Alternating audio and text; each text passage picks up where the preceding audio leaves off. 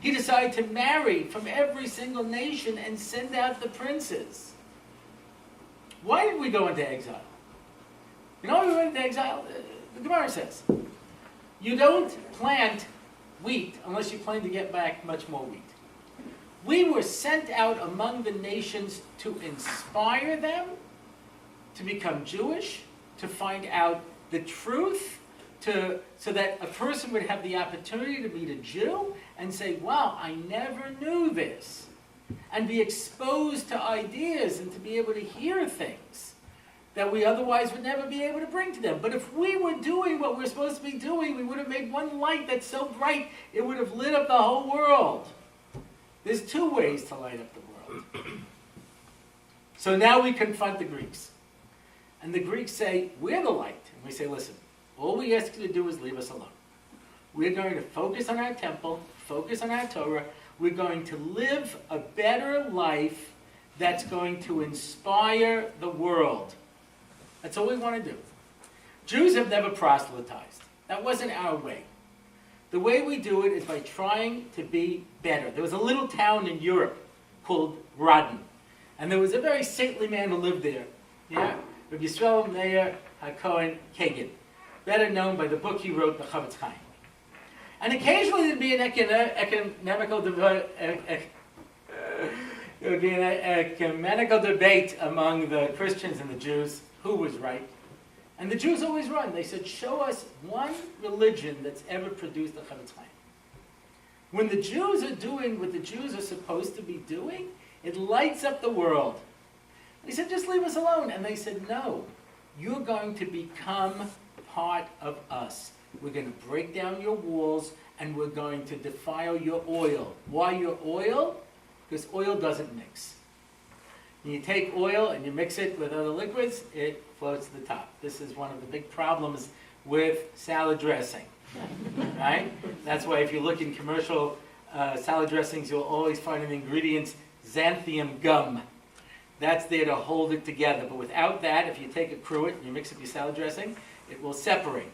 Therefore, the correct way to make a salad, if you look in the real cookbooks, is after you tear your lettuce, or your greens, you don't cut them, you tear them, yeah, put them into a wooden bowl, and then you first add the oil to coat the greens, and then you mix the other ingredients together and you pour it on, yeah? You thought this was a thing on religion, this is the food channel. You know what I'm saying? Anyway, so oil doesn't mix. The problem with you Jews are you try to do your own thing. We're going to force you to become part of the world. And that was their confrontation. So what did they do? They didn't kill us. They didn't even outlaw Judaism. What did they outlaw? The study of Torah. I don't care if you build a sukkah. I don't care if you eat a matzah. I don't care if you shake a lulav. Because I know that devoid of meaning and spirituality, Judaism will die. Besides outlawing the study of Torah, they outlawed three things. Rosh Chodesh, which is today, Shabbos, and Bris Milah. That's why Hanukkah is set up in a way that we always have a Rosh Chodesh, we always have a Shabbos, and there's always 8 days, which is like a Bris Milah. Yeah? Why? Because a Bris Milah is a very powerful thing. A Bris Milah says, my body is holy. I'm going to make my body holy. I'm going to do something to change myself into a holy being. Shabbos says, time doesn't just keep going on. There's one day a week when we stop and we add meaning to our lives. Rosh Chodesh says, we take time and sanctify it. They didn't care if you keep mitzvos.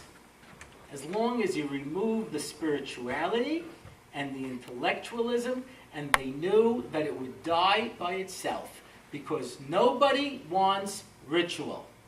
It doesn't do anything for me. Every Tuesday, use the blue toothbrush. You know why? You should have ritual in your life. Eat a matzah. Why? It's a nice custom. I said this once. I said, do you think that the only thing there is to Hanukkah is playing with a dreidel and eating latkes?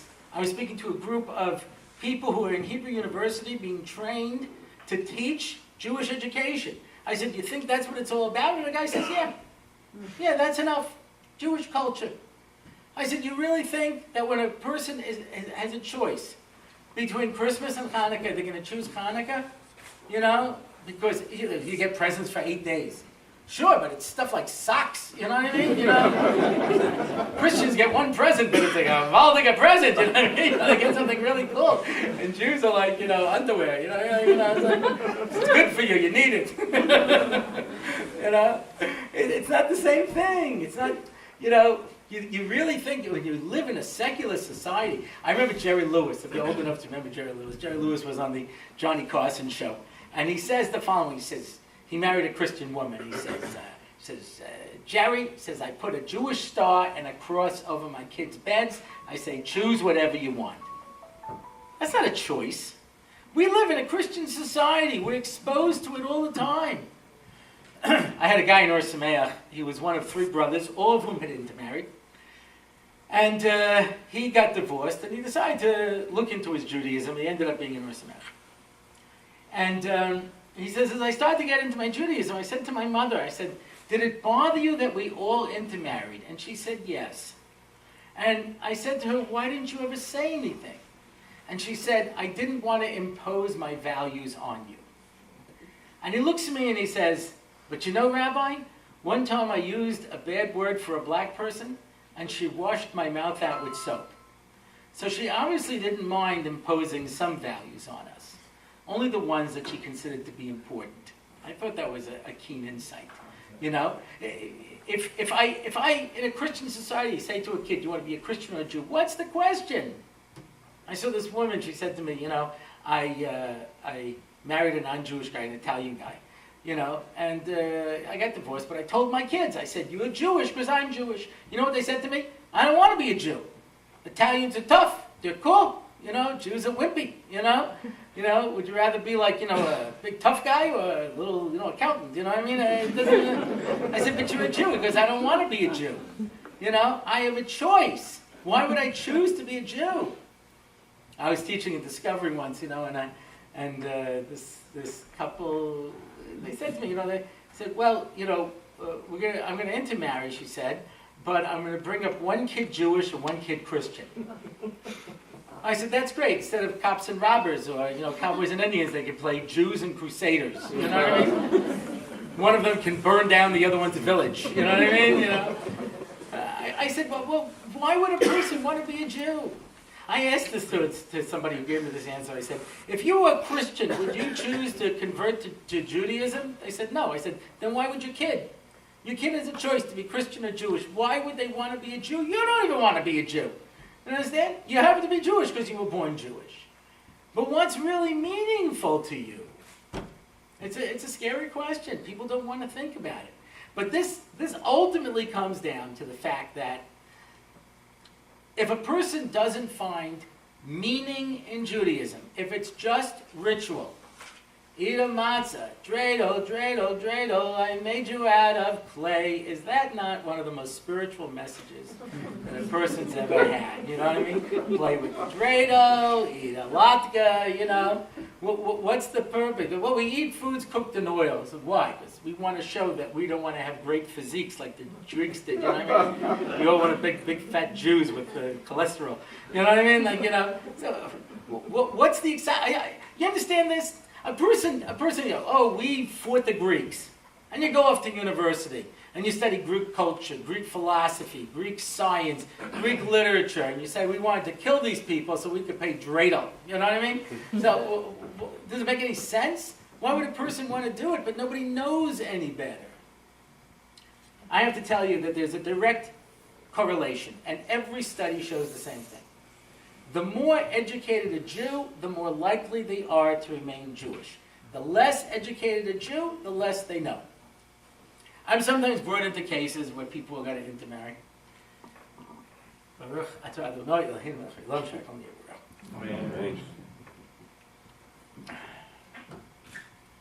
don't usually get vodka. This makes sense. I want to tell you a story. Anyway.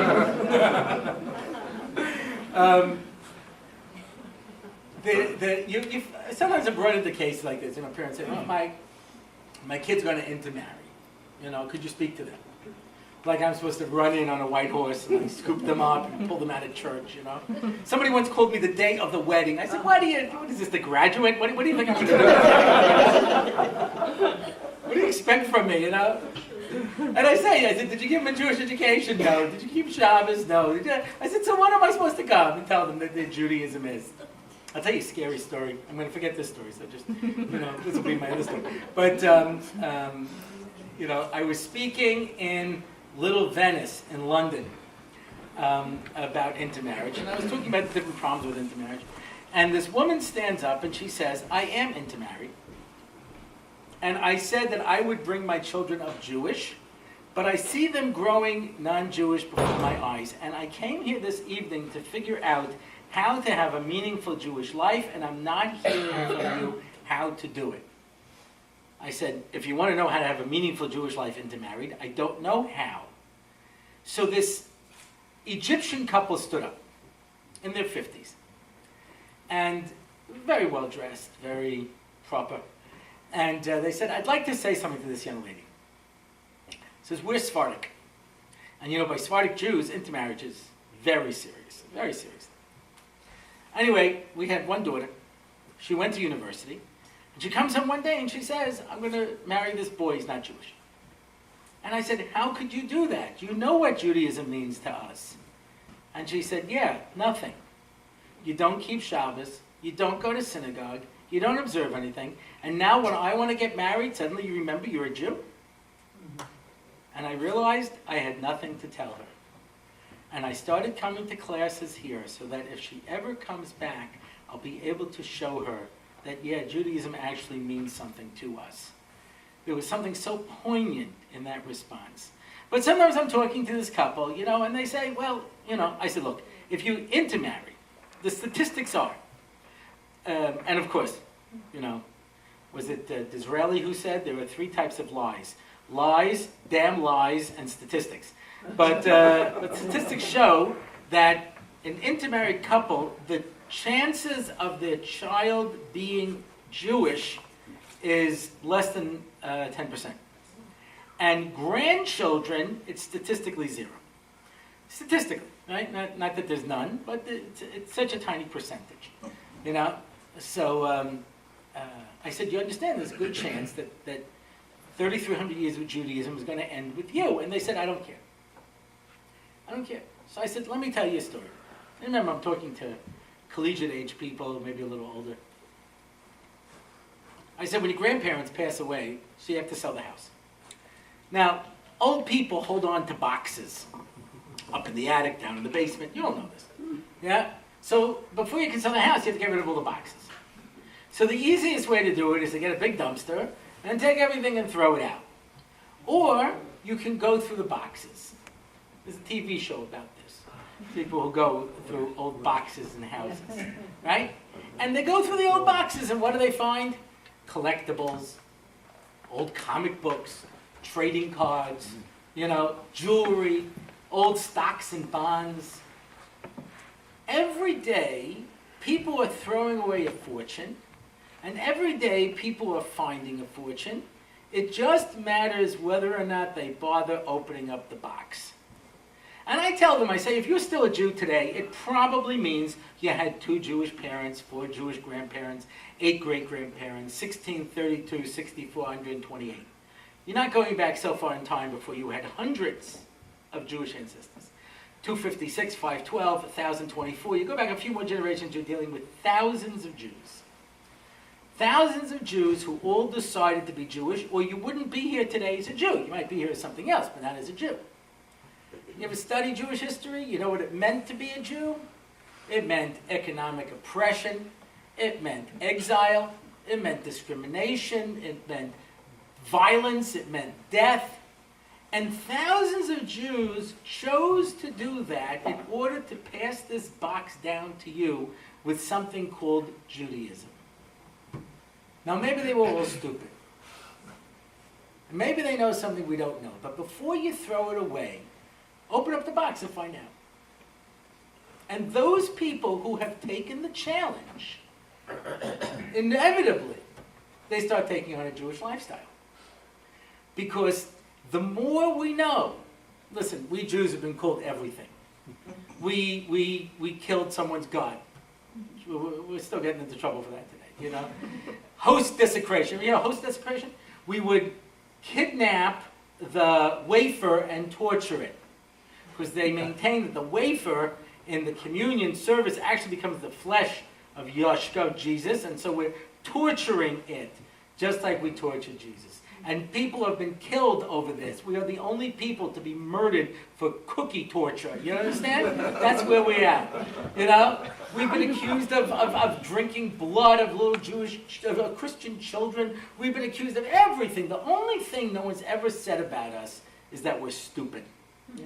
You understand? And if we've been around for 3,300 years, it's because we got something pretty good. And that's why the challenge is for people to study it. It's an interesting thing, you know, when a person is interested in finding out about Judaism, the first thing we say to them is study. Talmud Torah Keneged Kulam. Yeah, but what about all the other things? I know some people in certain organizations where they're starting, they say the first mitzvah I teach them is stucker, because otherwise I won't be able to stay open. You know what I'm saying? You know, but the second mitzvah is to study Torah, because if you study the Torah, you will be so overwhelmed with the brilliance of what we have to say to the world and have said for thousands of years. That we have a message. And that's why the Greeks came to stop us. They didn't care about anybody else, but we had a message that was more powerful than theirs, and they had to silence us. Because as long as we had the study of Torah, they knew that there was no way that we were going to stop. And that's what they had to stop.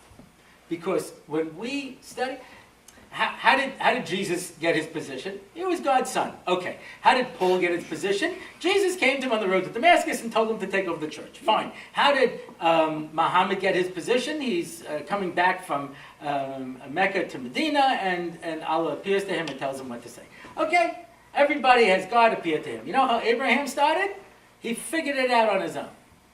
And at the age of 52, he's teaching, says Maimonides. He had thousands and tens of thousands of students attending his lectures, and he never had a prophecy. He said, I know this is true by pure intellect, and we're willing to debate in the world of ideas. I was in the Jerusalem fellowships, and this girl said that she was in a Christian group, and she kept asking questions. Until the minister said to her, Sister, God wants you to cut off your head and come to him with your heart. Says, that's when I started looking into Judaism. And I never had a rabbi say that to me. When I ask questions, they say like this.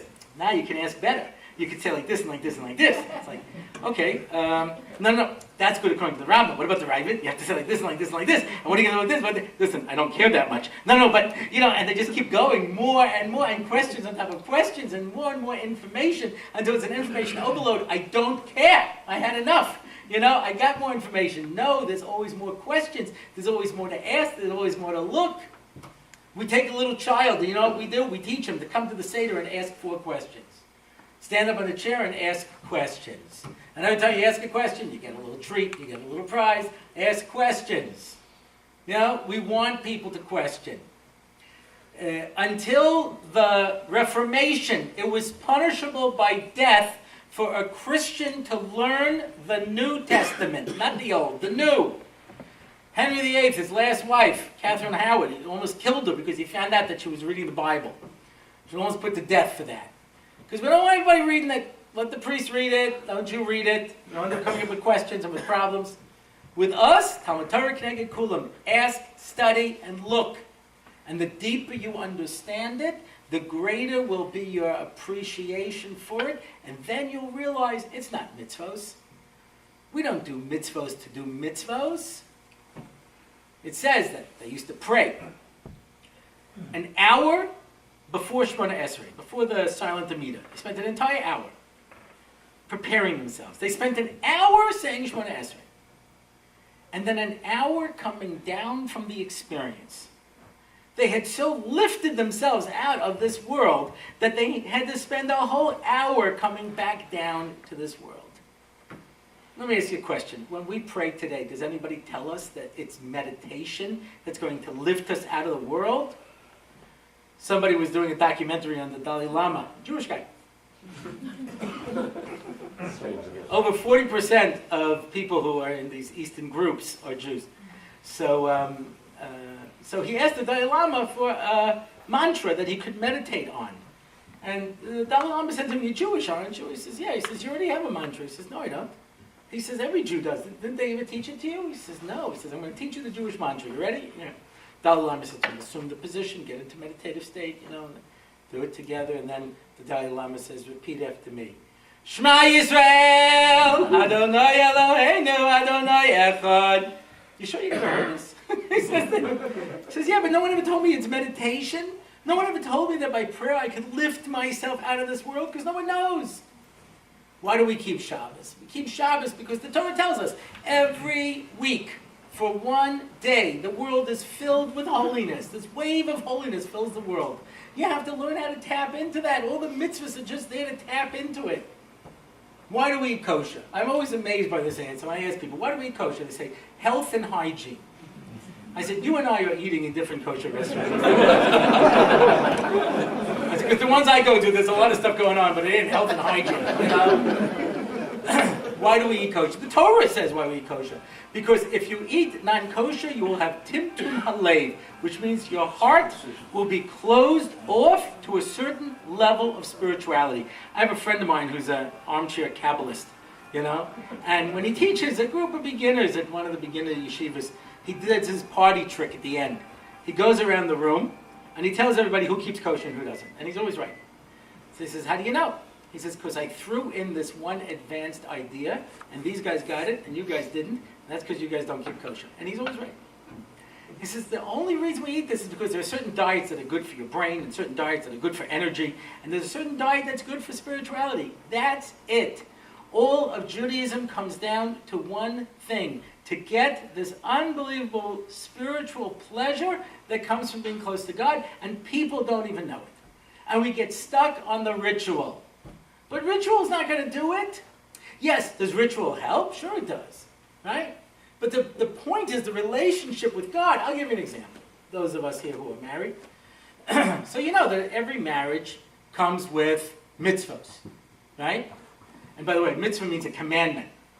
That's in marriage. We have commandments. I learned this the hard way, I got engaged. I was 23 years old to a wonderful woman who's still my wife. And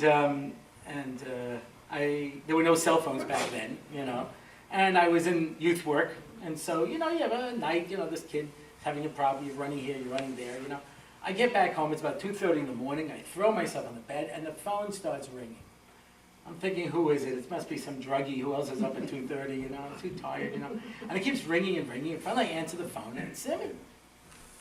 I said, "Simmy, what are you doing up?" And she said, "Where were you?" I said, "Where was I?" My mother doesn't even ask, where was I, I had stuff to do. I had to go somewhere. She says, "Don't you understand now that you're engaged? Don't you understand that you're in a relationship? Don't you understand that you have to call?" And I said, "No, it never occurred to me. Because I'm a guy. Guys have a whole different approach to this. Girls go through terrible angst before they agree to get married. I'm going to change my name. I'm going to have to move in with this guy. I'm going to be getting pregnant. Do I want this? I don't know." And guys are like, "You cook? Okay. I'll live here." It's really very simple. So every girl knows this. You have to train a husband so that they know. You have to call. You have to call. Jackie Mason says, you can see, a Gentile walks down the street, a Jew goes, "Is there a phone? I need a phone." Is there a phone, They call, yeah, I'm here, I'm going to cross the street, and I'll call you from the other side. I'm going in to eat, if the soup is hot, I'll call you, if it's cold, I'll call you, you know what I'm saying? I always have to call and call, So you know that there are commandments. That's not if you feel like it, there are commandments, yeah? So one commandment is, "Thou shalt remember thy wife's